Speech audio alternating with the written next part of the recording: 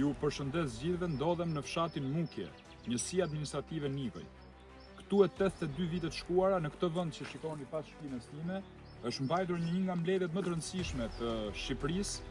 Shqipëria e vitit 1943 ishte e pushtuar nga okupatori dhe të gjithë forcat e asaj kohe u mblodhën atë që quhet Konferenca e Mukjes, që u mbajt në datat 1 deri në 3 gusht të vitit 1943. Kjo mbledhje u bë pas një mbledhje pararendse që u zhvillua me 26 korrik të vitit 1943, pikërisht në fshatin Tapis, shumë afër prej këtu. Konferenca e Mukjes ishte një bashkim i gjithë rrymave. Aty morën pjesë përfaqësues të Partisë Komuniste, përfaqësues të Ballit Kombëtar dhe shumë rrymave të tjera. U vendosën 3 net këtu, kanë qëndruar pa gjumë dhe banorët e kësaj zone kanë qenë shumë mikpritës.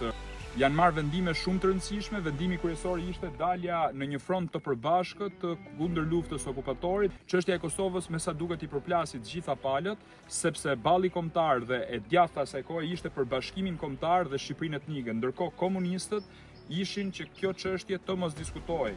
Kjo ka qenë edhe si pasojë një presioni mjaft madh nga jugoslavët që kishin një ndikim shumë të fortë tek Partia Socialiste dhe ata nuk e pranonin bashkimin e Shqipërisë me Kosovën. Prandaj komunistët e hodhën në koshin e mbeturinave këtë marrëveshje që u lidh pikërisht këtu në Mukje.